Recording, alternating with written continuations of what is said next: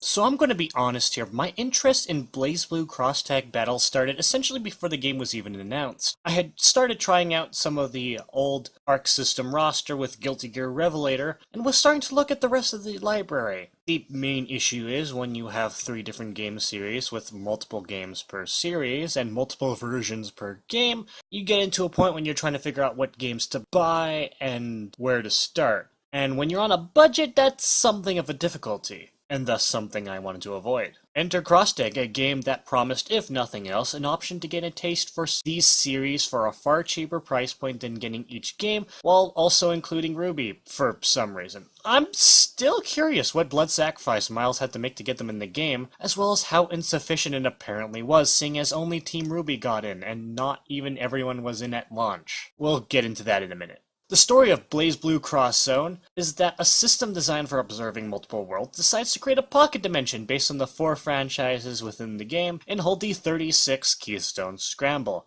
a fighting tournament that promises to return the winners home. If that number seems a little off to you, don't worry about it. There's nothing suspicious about it. And because there's nothing suspicious about mass abductions, almost everyone is justifiably suspicious. The only exceptions being characters who just really don't care, such as Azrael, who just want to fight and don't really care about the excuse, and Ruby, because she's naive, and this is pre-Volume 3 Ruby at that. So nothing bad's happened to make her realize I should maybe question things. In general, the A-plot for the fighting tournament is fairly weak, literally existing just to justify everything that happens in the story in terms of the conflicts. However, I'm glad to say that the B-plot of the character interactions is genuinely more than enough to compensate. It's clear that the voice actors had some fun doing this, and I found myself genuinely laughing at a number of parts in the game. A particular favorite of mine is Hyde and Ruby's pre-match banter, because it is something completely unexpected and something I didn't think that the writers would have the guts to pull off. If you're scared, you can just stand back and watch. Same to you, Hyde. You don't have to fight if you're scared of me showing you up. Roger that. Oh, wait, hold on! Damn! That being said, I do have some problems with the story, so spoiler warning ahead. Firstly, the main villain is a fairly weak character, to the point of being paper thin. She has literally no motivation other than because she can, a fact she even admits to in one of the game's endings. She doesn't even get a real name, just System, which, considering her apparent importance in the story, is something of a letdown. And they recycle her boss fight for every ending. Even the true ending. It is literally just a palette swap of the same enemy for every single one. No difference in fighting them at all. It's not even a good fight, just being a big immortal target for you to punch and occasionally block or dodge. It is very clear, very little effort, if any, went to anything on her, aside from some dialogue. And that's about it. It's kind of sad, really, especially considering she's supposed to be this big deal. Then there's the fact that the entire plot of the story could have just been resolved if Rachel hadn't picked one particular day to be retarded and not explain things. Yes. Despite the fact that I am relatively unfamiliar with the BlazBlue series, and the fact that I'm pretty sure that despite this being the first time I've seen this character, that it's her being in character. After seeing her make the same mistake 7+ times as I went through each ending, it got very old very quickly. Literally, just take the 5 seconds to explain the gist of your plan, and literally everyone in the cast you could possibly care about to help you would be helping you. Or you can just have a villain separate her if it's such an issue. We've seen System has the power to do that. Like, literally, if it was just System teleporting her away before she could explain things, I would find it somewhat justifiable, or controlling her, or, you know, doing stuff. System has already acknowledged she is basically a god and has unlimited power over that pocket dimension. So you can literally have it so System interferes, instead of just having Rachel, you know, just, no, I don't feel like telling you today. Next, there's the DLC issue. Specifically, how it interacts with the story. Don't worry, we'll get to the rest of that issue in a hot minute. I just want to get this in first. A good number of fights, I want to say, have at least one of the DLC characters in them, and you have to fight them, as well as having some of them be prominent characters in the respective series routes, while not letting you play them for whatever contrived reason the writers came up with that day. It's jarring to say the least, and considering a good chunk of these characters were released within a very short time span, span. 4 of these characters being released day 1 at launch, with the remaining characters released within about a month of the game's existence, I can't help but believe that the rumors about this game being rushed to meet EVO deadlines is very much true. Deadlines, I might add, that apparently don't actually exist, but whatever. Finally, there's a little issue with how top-heavy the story endings are in BlazBlue's favor. Yes, I can read the title, and yes, I am aware of Ragnar's familiarity with multiple timelines. I just personally feel putting 4 of the 7 endings in his scenario might be a bit much is all. Maybe spread them out a bit.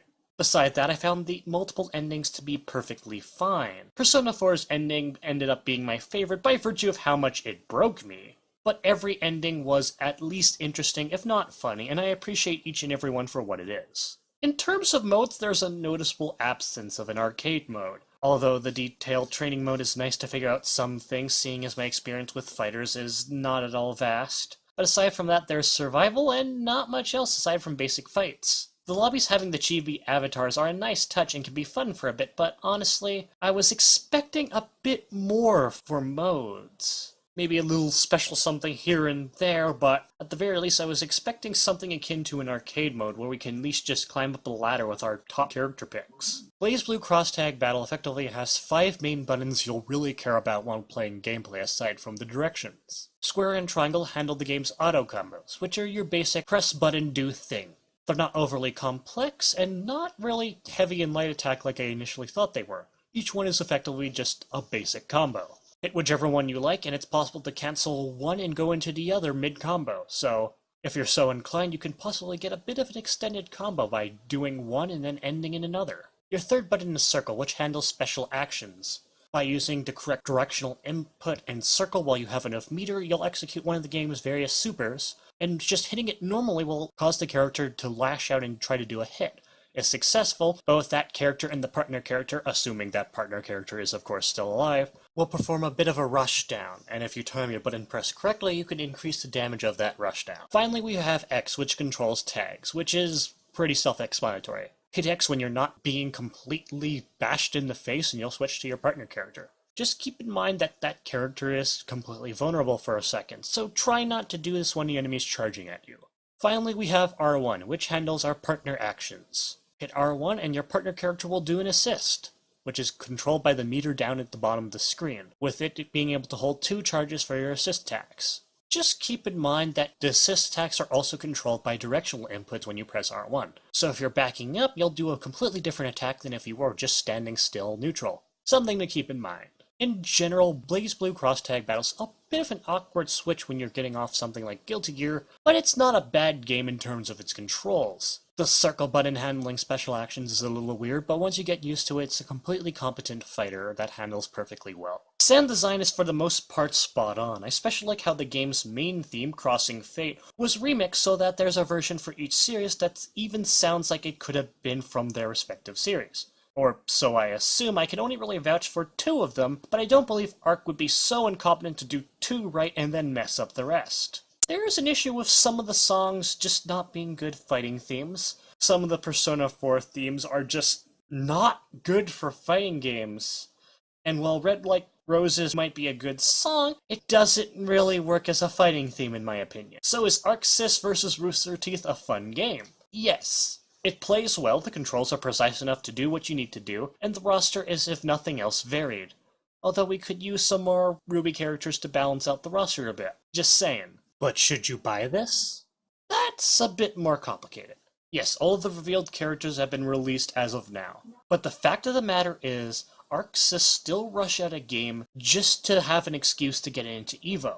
Yes, they dropped the price point of the base game to compensate for this. And yes, with the DLC, it's roughly the same cost as what the full game would have been. The fact of the matter is, Arc Sys rushed out a game just to get it in EVO, even though it's been out for less time than Skullgirls, a game which was out a full 3 months and was denied its EVO application for not being out long enough.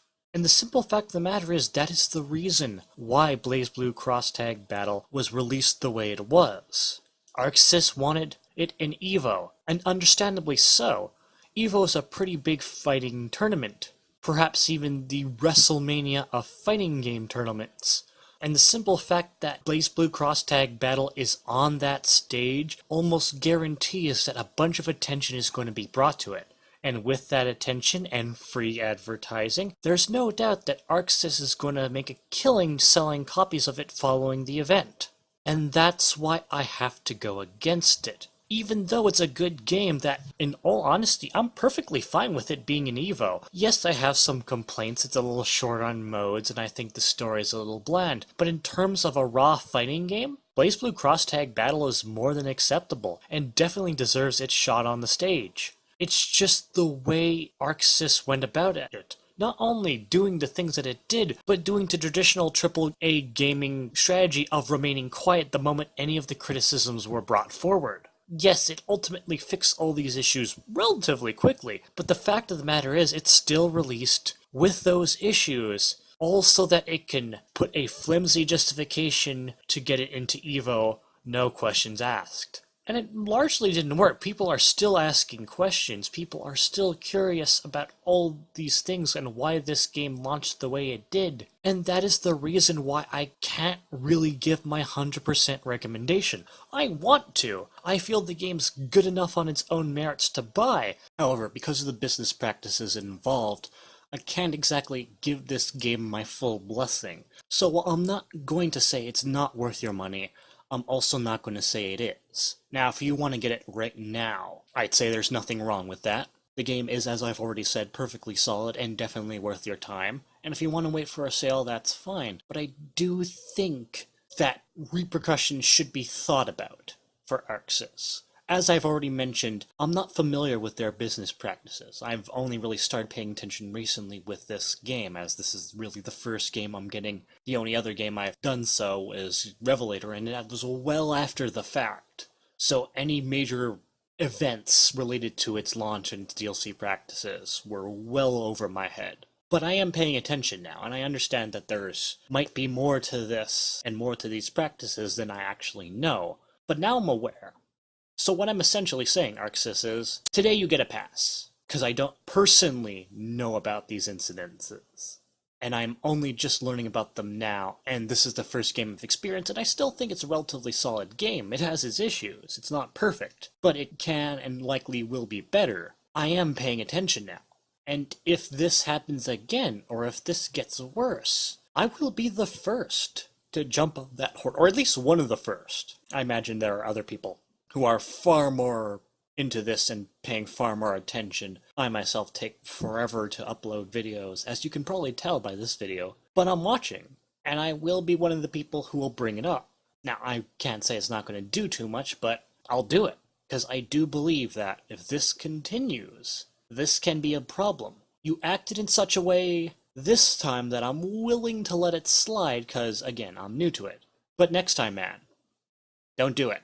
But anyways, at the end of the day, I am but a simple nobody, so please remember, what do I know, really? And also, ArcSys, just as a little bit of an aside, if you're looking for new characters and want to add someone to help buff up the Ruby roster, might I suggest Roman Torchwick? You know, just a thought. I personally think some of his interactions might be amusing, but, you know, think about it. This one's on me.